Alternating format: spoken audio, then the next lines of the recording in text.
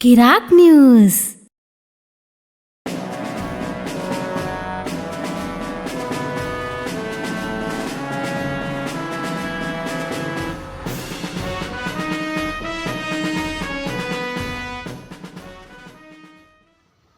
Hi, hello, నమస్తే, welcome to Kirik news.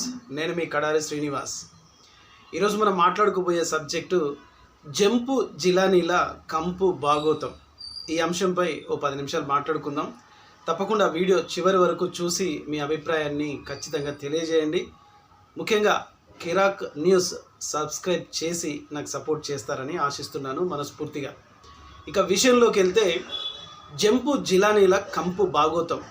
తాజాగా మనం తెలంగాణ రాష్ట్రంలో చూస్తున్నాం. శాసనసభ ఎన్నికలు జరిగిపోయిన తర్వాత కాంగ్రెస్ ప్రభుత్వం అధికారంలోకి వచ్చిన 100 రోజుల కాల వ్యవధిలో మనం చూస్తూ ఉన్నాం. టీఆర్ఎస్ నుంచి పూర్తిగా కాంగ్రెస్ తలుపులు తెరిచింది. అందరూ కాంగ్రెస్ కండువా కప్పుకుంటున్నారు. మరికొంతమంది టీఆర్ఎస్ నుంచి బీజేపీ తీర్థం పుచ్చుకుంటున్నారు. వార్డు మెంబర్ల నుంచి మున్సిపల్ చైర్మన్ల దాకా సిగ్గు లేకుండా రాజకీయ నాయకులు అనబడే వాళ్ళు పూర్తిగా రాజకీయ వ్యభిచారాన్ని చేస్తూ ఉన్నారు. నిజానికి ప్రజలంతా గమనించాలనే ఈ వీడియో నేను చేస్తున్నాను. ముఖ్యంగా ఒకటి ఆలోచించండి. రాజకీయం అంటే ప్రజల్ని ఒక మంచి దారిలో నడిపించి సంక్షేమం, అభివృద్ధి కార్యక్రమాలు ప్రజలకు అందుబాటులో ఉన్న నాయకుడు వారి సమస్యలు తీర్చడని ఏ నియోజకవర్గానికి సంబంధించిన వ్యక్తిని ఆ నియోజకవర్గంలో ఎమ్మెల్యేగా నియమించుకోవాలని రాజ్యాంగ పరంగా మనకు హక్కులు కల్పించాడు డాక్టర్ బిఆర్ అంబేద్కర్ మహాశయుడు. కానీ ఆయన ఆశించిన దానికి రాజ్యాంగాన్ని వినియోగించుకోవడంలో దాంట్లో ఉన్న లొసుగులను పట్టుకొని రాజ్యాంగం మాకు కల్పించింది, మేము ఆ పార్టీ నుంచి ఈ పార్టీకి, ఈ పార్టీ నుంచి ఆ పార్టీకి, ఈ 2 పార్టీలు కాదని ఇంకో కొత్త పార్టీ వస్తే కొత్త పార్టీలోకి కూడా జంప్ అవ్వడానికి సిగ్గు లేకుండా కండువాలు కప్పుకుంటున్నారు. ముఖ్యంగా మేడ్చల్ నియోజకవర్గంలోనైనా సరే ఎంతోమంది టీఆర్ఎస్ నాయకులు బీజేపీ తీర్థం పుచ్చుకోవాలని ఇన్ని రోజులు టీఆర్ఎస్లో అంటే కేసీఆర్తో అధికారం కులికి మున్సిపల్ చైర్పర్సన్ గానో, లేకపోతే కార్పొరేషన్ పదవుల్లో గానో, లేకపోతే మినిస్టర్ గానో, ఎమ్మెల్యే గానో పూర్తిగా పదవులు అనుభవించి ఇప్పుడు అవకాశం కోసం బీజేపీ కండువా తీర్థం పుచ్చుకుంటున్నారు. ఈ దశలోనే ఆరూరి రమేష్ వర్ధన్నపేట ఎమ్మెల్యే తాజాగా ఆయన కూడా, అలాగే ఖైరతాబాద్ ఎమ్మెల్యే దానం నాగేందర్ కూడా, ఇలా చెప్పుకుంటూ పోతే ఎంతోమంది టీఆర్ఎస్ నుంచి కాంగ్రెస్లోకి వెళ్తున్నారు. ఎందుకు? అధికారం కోసం ఉందని. అంటే ఇవాళనే ఈ రాకపోకలు ఏమన్నా కొత్త అనుకుంటే కాదు. తెలంగాణ రాష్ట్రం మనం తెచ్చుకుంది ఎందుకు? తెలంగాణ రాష్ట్రంలో పూర్తిగా మన పాలన చేసుకోవాలని. కానీ రాష్ట్రంలో మనం తెలంగాణ రాష్ట్రం సాధించుకున్న తరువాత మన పాలన చేసుకోవాలని చెప్పి ఖచ్చితంగా మనం బీఆర్ఎస్ పార్టీకి, అదే టీఆర్ఎస్ పార్టీకి అధికారం ఇచ్చినాం. అప్పుడు టీడీపీ నుంచి కానీ బీజేపీ నుంచి కానీ ఎంతోమంది వీళ్ళే కేసీఆర్ సంకన చేరి, అబ్బో తెలంగాణకు ఉద్యమ సారథి వచ్చిండు, తెలంగాణ సాధించిన తెలంగాణ జాతిపిత అని చెప్పి సంకలు గుద్దుకొని కేసీఆర్ పంచిన చేరినోళ్ళు ఇవాళ కేసీఆర్ దగ్గర నుంచి అధికారం ప్రజలు తీసేసిన తర్వాత కాంగ్రెస్కి అధికారం ఇస్తే మళ్ళీ కేసీఆర్ను వదిలేసి మళ్ళీ టీఆర్ఎస్లో మన కాంగ్రెస్లో చేరే ఇలాంటి అవకాశ స్వార్థ రాజకీయ నాయకులను కాల్చి వాత పెట్టాల్సిన బాధ్యత ప్రజలదే ఉంది, తెలంగాణ ప్రజలదే ఉంది. ప్రజలారా ఒక్కసారి మీరు ఆలోచించండి. అసలు రాజకీయ నాయకుడు అంటే రంగులు మార్చే ఊసర వెల్లుల? రాజకీయ నాయకుడు అంటే అవకాశం కోసం, స్వార్థ రాజకీయాల కోసం, తన ఉనికిని కాపాడుకోవడం కోసం, తన అక్రమంగా సంపాదించిన ఆస్తులను కాపాడుకోవడం కోసం పోయేవాడు రాజకీయ నాయకుడా? ఒక్కసారి ఆలోచించండి. తెలంగాణ రాష్ట్రంలో జాతీయ రాజకీయ నాయకులు ఇక్కడ పర్యటిస్తున్నప్పుడు రాజకీయ సమీకరణాలు కూడా పూర్తిగా మారిపోతున్నాయి. ఇదంతా గమనించాల్సి, కర్రు కాల్చి వాత పెట్టాల్సిన బాధ్యత ఎవరిది అంటే తెలంగాణ ప్రజలదైనా, మీది, నాది, మనందరిది. ఓటు హక్కు కలిగిన ప్రతి ఒక్కరిది. ఇలాంటి జంపు జిలానీల కంపు భాగోతాన్ని ఎక్కడికక్కడికి కట్టడి చేసి నిలదీసి వారికి ఇప్పుడు వచ్చే ఈ పార్లమెంటు ఎన్నికల్లో గట్టిగా బుద్ధి చెప్పాలి. ఎందుకంటే గత 30 సంవత్సరాల నుంచి తుంగతుర్తి నియోజకవర్గంలో కాంగ్రెస్ నాయకుడిగా ఎంతో నియమ నిబద్ధతతో నీతి నిజాయితీతో కాంగ్రెస్ పార్టీని పూర్తిగా కూకటి వేళ్ళు లేకుండా చేస్తా అని చెప్పి టీఆర్ఎస్ గవర్నమెంట్లో నానా ఇబ్బందుల పాలు చేసినా ఖచ్చితంగా కాంగ్రెస్ పార్టీలో ఉండి కాంగ్రెస్ పార్టీని ముందుకు నడిపించారు. అనూహ్యంగా మందుల సామేల్ అన్న గారికి టికెట్ వచ్చింది, గెలిచాడు, అది అయిపోయింది. కనీసం కార్పొరేషన్లో కూడా అలాంటి వారికి కాంగ్రెస్ పార్టీ న్యాయం చేయలేకపోయింది. ఇవాళ కొత్తగా టీఆర్ఎస్ పార్టీలో పదవులు అనుభవించి అధికారం కులికి మళ్ళీ ఇవాళ కాంగ్రెస్ పార్టీలోకి వచ్చి మళ్ళీ ఎమ్మెల్యే టికెటో లేకపోతే ఎంపీ టికెటో పొందడానికి కార్పొరేషన్ల పదవులు పొందడానికి వస్తున్న ఇలాంటి రాజకీయ వ్యభిచారులను ఏమని చెప్పాలి? ప్రజలు మీరే ఆలోచించుకోండి. ఎందుకంటే ఇలాంటి ప్రసారం మాధ్యమాల ద్వారా ప్రజల్ని చైతన్యపరచడానికే విశ్లేషకులు ప్రయత్నం చేస్తుంటారు. నేను కూడా అదే ప్రయత్నం చేస్తూ ఉన్నాను. దయచేసి ఒకసారి ఆలోచించండి. ఈ జంపు జిలానీల కంపు భాగోతాన్ని, ఈ రాజకీయ వ్యభిచారాన్ని, అంటే పూటకో కండువ రోజుకో పార్టీ మారే ఇలాంటి నాయకుల మనకు కావాల్సింది తెలంగాణ రాష్ట్రంలో. అంటే కాంగ్రెస్ పార్టీ వస్తే జనాలు బాగుపడతారు, ఈ రాక్షస పాలన పోతుంది, ఈ విధ్వంసం, అరాచకం, ఆక్రమణలు, భూ ఆక్రమణలు ఇవన్నీ జరుగుతున్నాయని ప్రజలు ఒక విప్లవాత్మకమైన తీర్పిస్తే మళ్ళీ ప్రజలు ఇచ్చిన తీర్పును సవాల్ చేస్తున్నారు. ఈ టీఆర్ఎస్ నుంచి బీజేపీలోకి వెళ్తున్న వాళ్ళు, టీఆర్ఎస్ నుంచి కాంగ్రెస్లోకి వస్తున్న వాళ్ళు, బీజేపీ నుంచి కాంగ్రెస్లోకి వస్తున్న వాళ్ళు, అధికారం ఏ పార్టీకి ఉంటే ఆ పార్టీకి వచ్చి కండువా కప్పుకునే వాళ్ళను రాజకీయ సన్యాసులుగా వీళ్ళను రాజకీయం నుంచి బహిష్కరణ చేయాలని పలువురు ఆరోపిస్తున్నారు, కోరుకుంటున్నారు కూడా.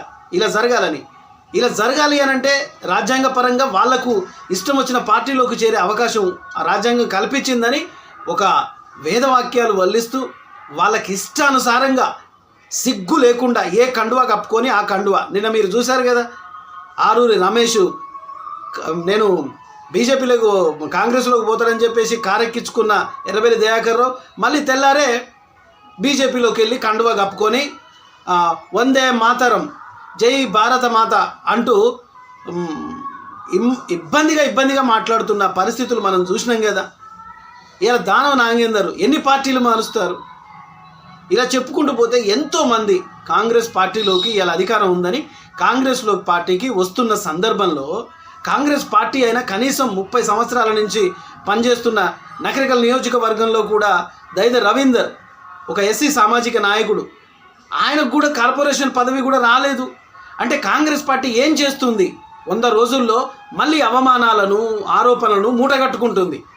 కాంగ్రెస్ వస్తే బాగుపడుతుంది అని అనుకున్నాం, కానీ ఇలాంటి కంపు రాజకీయానికి ద్వారాలు తెరిచి కంపుగా తయారవుతుందని ప్రజలు ఊహించలేదు. కొందరు రాజకీయ విశ్లేషకులు ఊహించినా కొందరు అన్నారు కేసీఆర్ కంటే చాలా డేంజరు రేవంత్ రెడ్డి అని. రాను రాను అది నిజమే అనిపిస్తోంది. ఎందుకంటే నా అనుభవపూర్వకంగా నేను చెప్తున్నాను, తెలంగాణ రాష్ట్రం కోసం పోరాడింది కాంగ్రెస్ పార్టీ, టీఆర్ఎస్ పార్టీ, సబ్బండ వలాలు, సబ్బండ వర్గాలు, సబ్బండ కులాలు అందరు కలిస్తేనే తెలంగాణ రాష్ట్రం వచ్చింది. ముఖ్యంగా ఆత్మ బలిదానాల మీద ఆనాడు సోనియా గాంధీ అధ్యక్షతన పార్లమెంటు తలుపులు మూసేసి రాష్ట్రాన్ని ఏర్పాటు చేస్తున్నట్టు ప్రకటించింది. సరే, దాని తర్వాత కేసీఆర్ రాజకీయ నాయకుడిగా వచ్చి సాధించినట్టుగా చూపించిన ప్రజలు నమ్మి 2 సార్లు అధికారం కట్టబెడితే పూర్తిగా అరాచక పర్వానికి తెరదీసింది. ఆయన పక్కన పెట్టి కాంగ్రెస్ పార్టీకి నమ్మిన కాంగ్రెస్ పార్టీకి 10 ఏళ్ల నుంచి పోరాడుతుంది కదా తెలంగాణలో అధికారం ఇద్దామని ప్రజలు జాలి దలిసి దయచూపి కాంగ్రెస్ పార్టీని బ్లైండ్గా ఏకపక్షంగా ఓటేస్తే ఇవాళ కాంగ్రెస్ పార్టీ గెలిచి ఏం చేస్తుంది?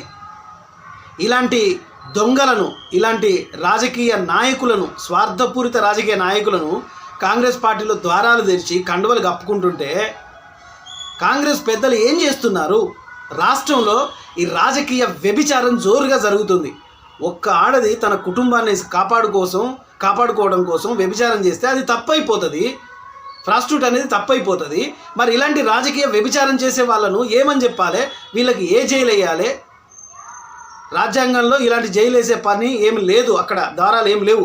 కాబట్టి ప్రజలు తెలంగాణ రాష్ట్రంలో ఈ ఎన్నికలు జరుగుతున్న నేపథ్యంలో ఖచ్చితంగా వలస వెళ్ళిన నాయకులు ఎవరైనా సరే, అధికార పార్టీలోనైనా ప్రతిపక్ష పార్టీలోనైనా ఏ పార్టీలోనైనా కండువాలు మార్చుకున్న నాయకులు వస్తే ఎక్కడికక్కడ నిలదీసి కడిగిపోయండి, కర్రు కాల్చి వాత పెట్టేయండి. వాళ్ళకు ఓట్లు వేయొద్దు.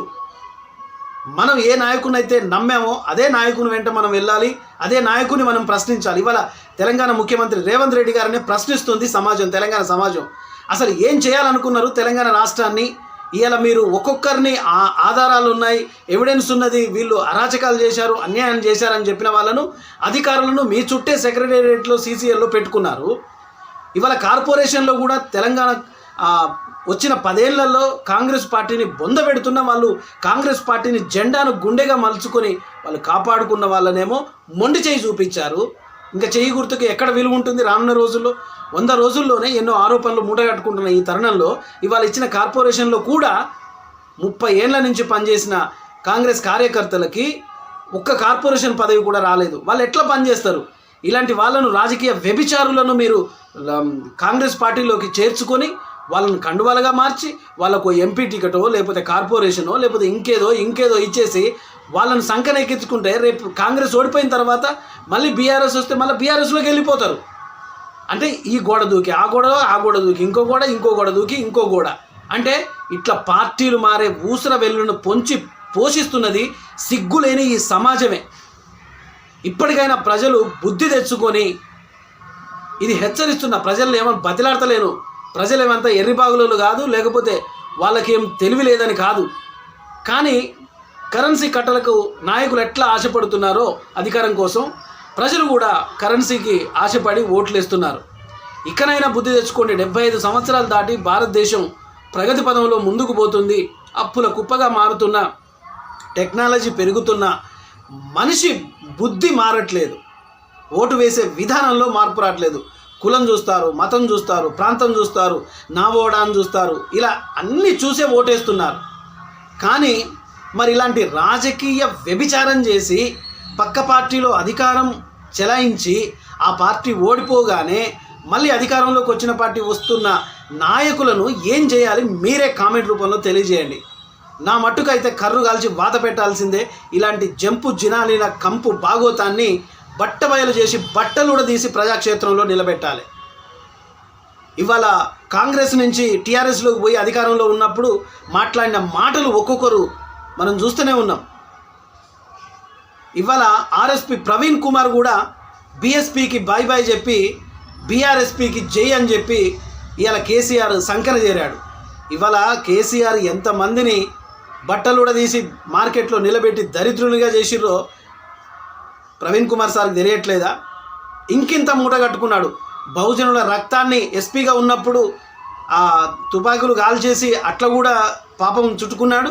ఇవాళ రాజకీయాల్లోకి వచ్చేసి కేసీఆర్ సంకన చేరి పోయి ప్రజలు నువ్వు పనికిరావు, 10 ఏళ్ళు నువ్వు పాలన చేసావు, మా తెలంగాణకు నువ్వు పనికిరావని చెప్పేసి తీసి పారేసినోడిని మళ్ళీ ఆయన సంకన చేరి నాగర్ కర్నూలు పార్లమెంట్ అభ్యర్థిగా వెళ్ళిపోయి రాజ్యాంగ పార్లమెంట్లో కూర్చొని నువ్వు ఒక్కరిని అరిస్తే అయిపోతుంది. ఇది ఎక్కడి రాజకీయం? బహుజనులకు మళ్ళీ ఒక కొత్త దొరలాగా నువ్వు వచ్చినావు. తెలంగాణకు మొత్తం దొర కేసీఆర్ అయిపోతే ఆయన పాలేరుకు, ఆయన చిన్న దొరకు, నువ్వు ఒక చిన్న దొర వచ్చినావు. బహుజనులంతా కాన్షీరామ్ అని చెప్పేసి, అంబేద్కర్ అని చెప్పేసి, జ్యోతిబా పూలే అని చెప్పేసి పెద్ద పెద్ద జాతీయ నాయకుల పేర్లు చెప్పారు కదా. ఆ నాయకులంతా ఇలాంటి వ్యభిచారమైన రాజకీయాలు చేశారా? ఇవాళ రాజకీయం వేరు, ఆనాడు రాజకీయాలు వేరు. ఆనాడు అన్న మాట వేరు, ఈనాడు మనం అదే మాటను వల్లించుకొని మనం ప్రవర్తించడం వేరు. ఇవాళ మనకు రాజ్యాంగం మంచి హక్కు ఇచ్చింది కదా. నువ్వు వేరే ఏ పార్టీలోకి పోయి అయినా